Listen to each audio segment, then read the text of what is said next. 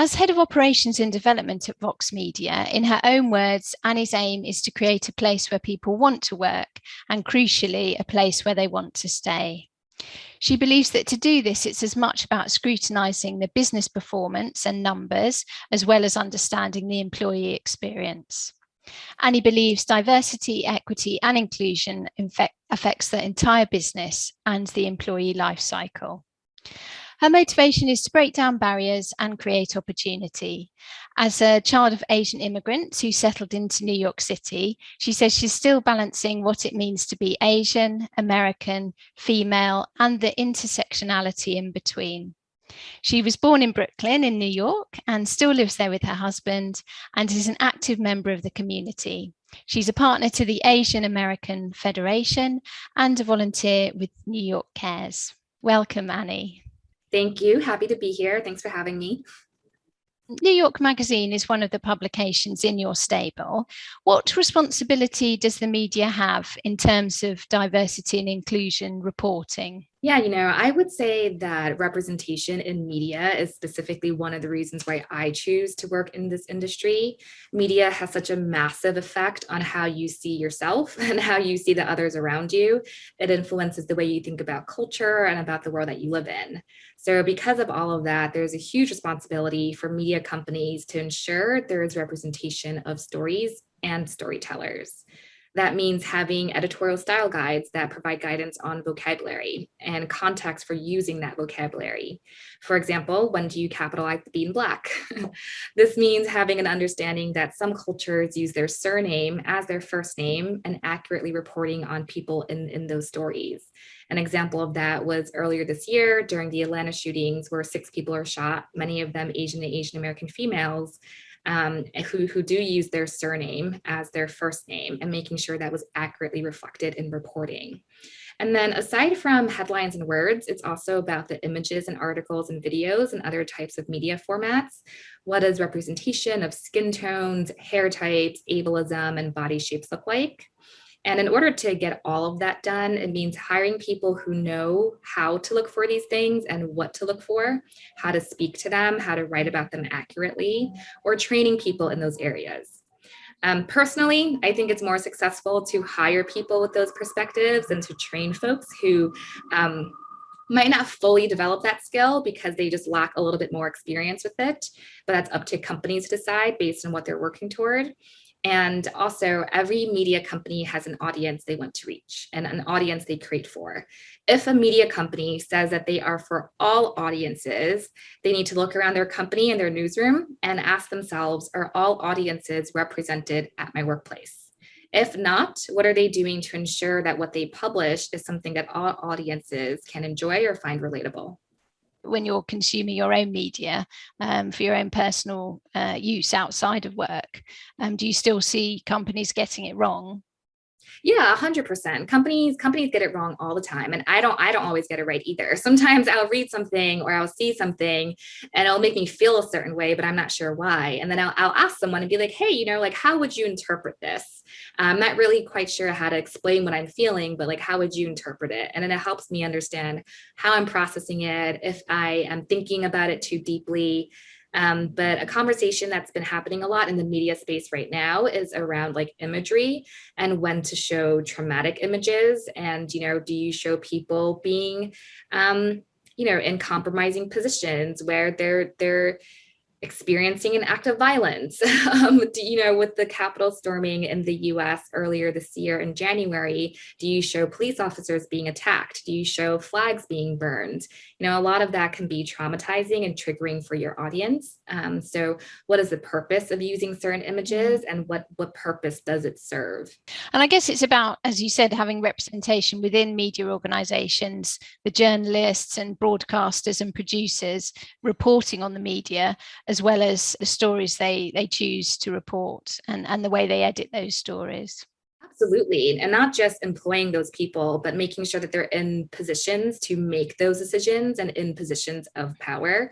Because of what a lot of companies are doing right now is they might be increasing their diversity numbers by hiring people at entry level. But if they don't have a voice, if they don't have a say in decision making, if they can't actually influence the story or the content, and they're just being hired to boost the numbers because of whatever public initiative, then you're not really making any real progress. And so make sure these people are at the levels and have the positions and have it baked into their roles to make these decisions and to not be afraid to speak up. Has Vox Studios made any non-fiction documentaries about diversity and inclusion? Yeah, we have. There's quite a few, and so people are interested, or if it's a rainy day, a hot day, add these to your list. Vox Media Studios is a studios business itself, publishing some of those bigger features. They also have a podcast network that's part of their portfolio, and then they also have an Epic, which is our documentary style filmmaking arm. And so again, talking a little bit more about how Vox Media is a parent company of a couple of different brands. Some examples of what Vox Media Studios has produced include The Racial Wealth Gap and Why Women Are Paid Less. Those are both from the first season of Explained that we have on Netflix. We also have a show called Whose Vote Counts, Explained, also on Netflix. And then we've got a show called Glad You Asked, which is in its second season on YouTube that focuses on racial injustice with topics on education and housing and a couple of others. And then across the rest of Vox Media as a company, content about diversity and inclusion doesn't just sit within a silo or within the specific studios business. For example, on The Strategist, we've published pieces like the best mental health apps for people of color. New York Mag's February cover this year, and the issue was focused on women, mostly working mothers, leaving the workforce at disproportional rates during the pandemic. A fun fact I learned from it, although probably not so fun, is that the percentage of women that were in the workforce during February 2021 was the same as 1988. So that's a number to noodle on. And then The Cut recently published a piece on how Black Olympians are set up to fail. Eater has several pieces on the effects of anti-Asian discrimination and violence on the Asian American food industry. And then also within what we do with our advertising and brand partners on storytelling, some examples include KitchenAid. We made a documentary with them called A Woman's Place for Hulu that discusses the discrimination against female workers in the dining industry. And then we've also got a podcast that we made with Ben and Jerry's about racism in America. Gosh, there's plenty of content then for people to access. And that's, I guess, available internationally, not just in the US. For sure. That's an extraordinary fact about the number of women in the workplace. So in February 2021, the number of women in work was the same as the 1980s, you said? Yes, in the US, yes. That is quite sobering, isn't it? Let's hope everyone's getting back to it again now.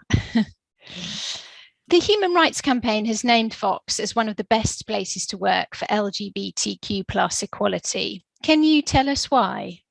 Sure. Yeah, we've been recognized for a few years now, and we're very honored. They have a couple key pillars they look for in organizations that include non-discrimination policies across their business entities, equitable benefits for LGBTQ plus workers and their families, supporting an inclusive culture and corporate social responsibility. And some examples of what we've done is that we do have domestic partner benefits. We've also got employee resource groups. And then with what we do as a media company and storytelling and media coverage, and then also an equitable parental leave policy. I think the parental leave policy is interesting to talk about because I'm in an age group right now where my friends and the social circles I'm in are talking about having children. And so my friends will say, oh, my company's maternal policy is this and paternal policy is this. And then my brain always takes a second to recognize what they're saying, because at Vox Media, we don't differentiate between maternal and paternal. It's just parental leave. And it's the same amount of time for any parent, inclusive of a couple different family planning scenarios. And so that's something that always makes me wonder, why is it different? It should be the same, that it is in support of different family scenarios. We also have senior leaders who participate in organizations and mentorships. A recent one was O for You, which stands for Out for Undergrad. And then in the media space, Outsports, which is part of SB Nation and our sports brand, they've have had specific features on LGBTQ plus Olympians recently.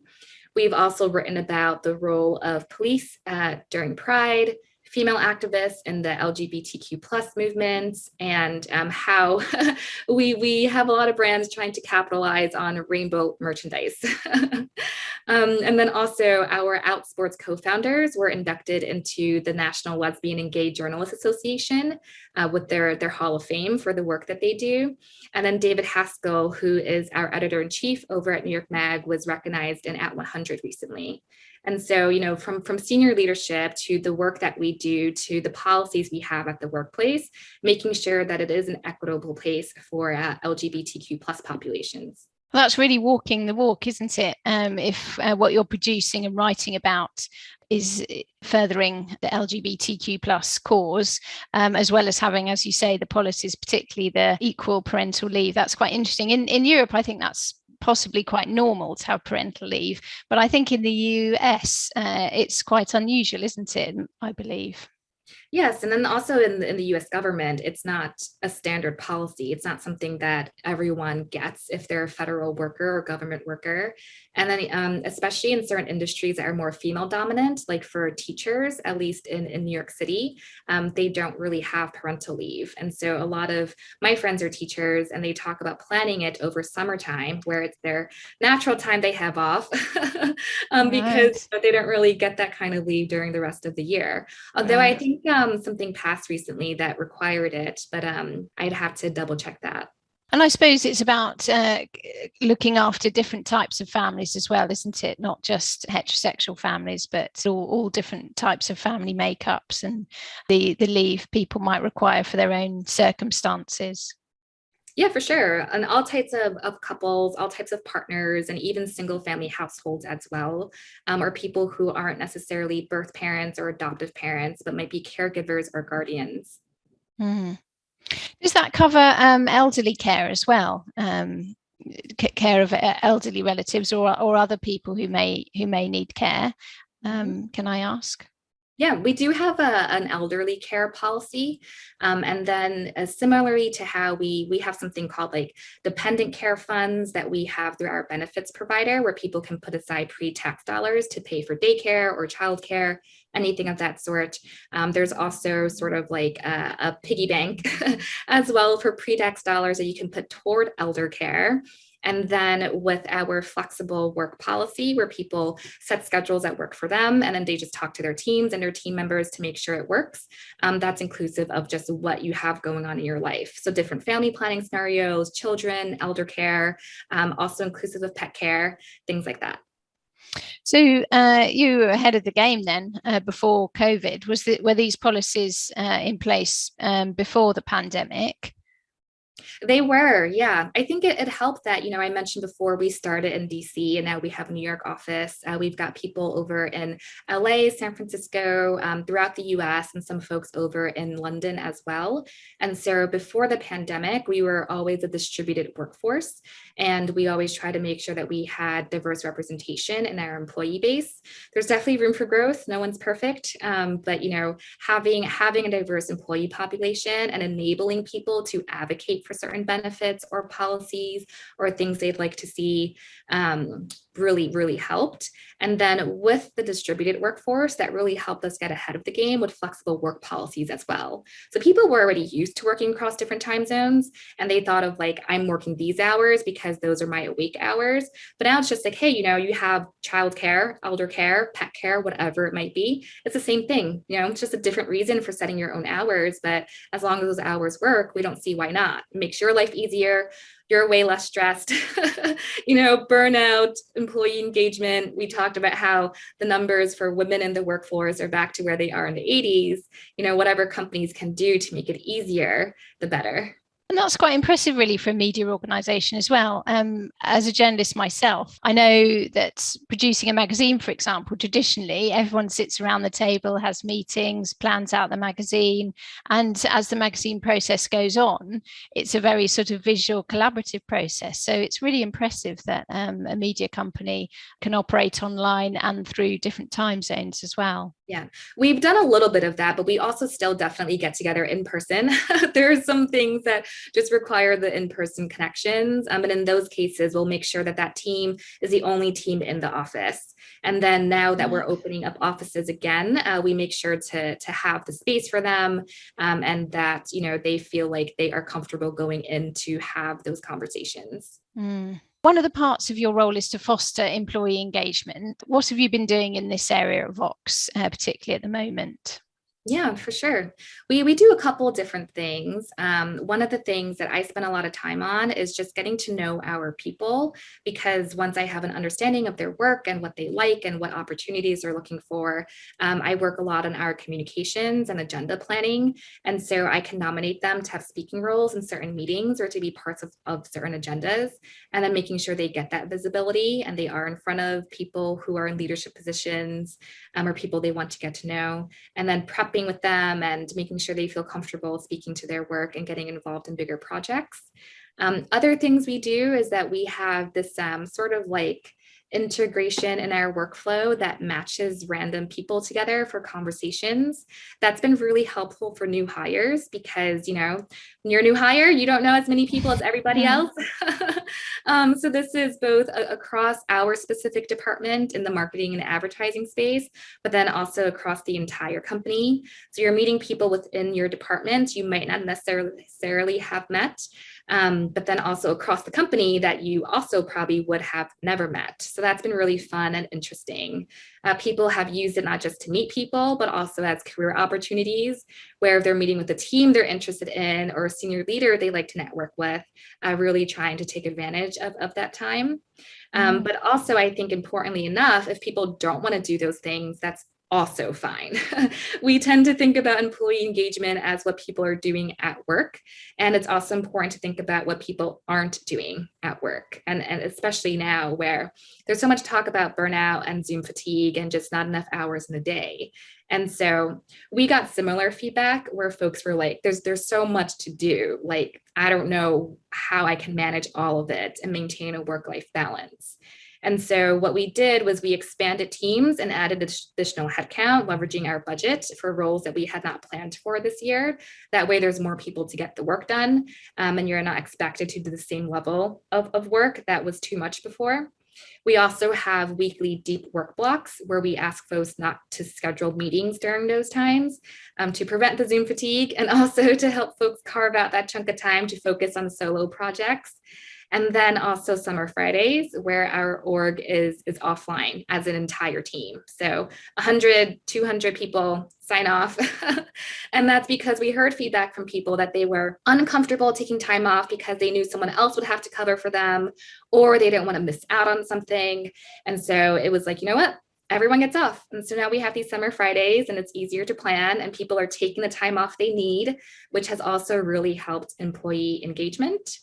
And then other things that we do is we do have a weekly meeting to get everyone up to speed with what's happening in the org, so no one feels like they're missing out on information. And in those meetings, we always kick off with a pet intro. A lot of people had pets before, but a lot of people also got their COVID puppies and had their little families grow in that sense from a pet standpoint. So it just changes the energy. It always brings a smile to people's faces. The meetings have like over 180 people. There are people that are like, please include my dog or my cat. Someone has, I think, like a raccoon or a skunk. So it's just a nice way for people to get to know each other and give people a break from like the day to day. That would certainly break the ice on a Monday morning, wouldn't it? Yes, for sure. I was really interested to hear about the mix and match meet then. So how does that work? Is it sort of like a lucky dip? Does the computer randomly choose two people to chat together? For sure. Yeah, it's a random pairing and it is an opt-in program and people can also opt out. Maybe they try it and they're like, hey, don't really like talking to people, love this work from home thing, don't plan to talk to anyone ever again, even if it's virtual, and that's fine, they can drop out. Then we just randomly match whoever's still part of it. And so the program we use is through Slack. Slack has a donut integration. And so it's pretty easy because people can join the Slack room with that donut integration or leave that Slack room. And for folks who might be a little bit more shy or not know what to talk about, it's helpful because Donut also provides prompts. And so it'll be like, hey, you two were matched but haven't spoken to each other yet. Here are some things you could talk about. It will also proactively recommend times you can meet based on your calendars if it's synced into Slack. And so it just takes away some of the work, some of the extra thinking, makes it really easy. So I think that's some of the reasons why it's been successful, that we try to do things that are part of workflow versus something that just requires an additional step. Oh, well, I think that's a good takeaway for our listeners. I'm sure some people will implement that idea in their workforces.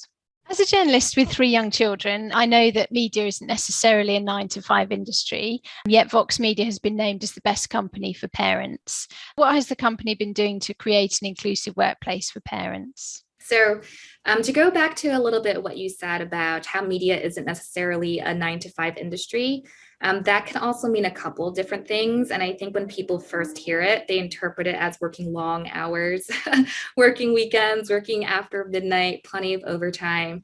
But we should reframe that thinking and think of it as not necessarily 9-to-5 means that you can set your own hours and you can set a flexible schedule, especially for parents where you have childcare. If you are homeschooling, if there's drop off, if there's pickup, even things like snack time, or like all of that. Set a schedule that works for you. Just talk to your team and talk to your manager. And if it works for everyone, why not? Right? And even for people who aren't parents, some people just work better during the day. Some people work better at night. So we initially started it for parents to really help pave the way for this little bit more of a flexible work schedule for everybody. And then I mentioned before, we have our parental leave policy, which is 16 weeks. And then we also provide a separate budget for when people are on parental leave to hire temps to cover some of their work. So they're not stressing out over it. They're not trying to check in. They don't have heaps of work to come back to make sure that it really is a smooth transition. And then a couple other things going back to dependent care as well, which is those pre-tax dollars you can use for childcare. Typically in the US, you can only fill up that piggy bank once a year during open enrollment period. But what we did was that we work with our benefits provider to open it up at a second point during the year. So if people were finding out they needed additional childcare, we can find them some cost savings and have some financial incentives, which wasn't a lot for us to do. And so, it was a quick and easy win, and parents were very happy with that. And we also do some programming for for children as well. Sometimes I guess children are also students. Yes. At the beginning of the pandemic, we had our CEO's teenage kids read stories to other kids over Zoom video. And so that was pretty fun. Recently, over in June, just last month, we had our LGBTQ plus ERG partner with our parents ERG on the Drag Queen Story Hour. We've done some baking classes virtually where people can invite their sous chefs or their taste testers. And then also even some cocktail and mocktail classes that are children friendly. And so, before everybody went remote, there was always like take your kid to work day and some other things like that. But like now every day is kind of take your kid to work day if role. And so making sure that parents aren't stressed out about like their kid wanting a hug in the middle of the meeting or their kid walking in through the background in the middle of the meeting, recognizing that children are part of their day does help take the stress off. Absolutely brilliant initiatives. I love the second open enrollment period. That's a really good idea. I'm sure that would also give others an idea as well for their organisations. Well, lastly, if I could just ask you, Annie, what does diversity and inclusion mean to you, and why are you looking forward to speaking at Inclusion 2021? Diversity and inclusion means a couple different things. But for me, it's hard to talk about diversity, inclusion, equity, belonging, or whatever words we want to attach to this without recognizing that a lot of work goes into this. And so what I'm most looking forward to is connecting with a group of people who care about this and want to make a difference and want to progress conversations, whether it's for themselves as an individual or whether it is for their organization, because the more people put into this body of work, the more we work together, the more people do it, the faster we'll see progress. And for me, it's really three areas.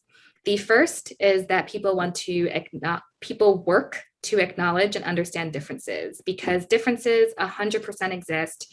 And whoever says they don't, they're not working hard enough to acknowledge and understand those differences.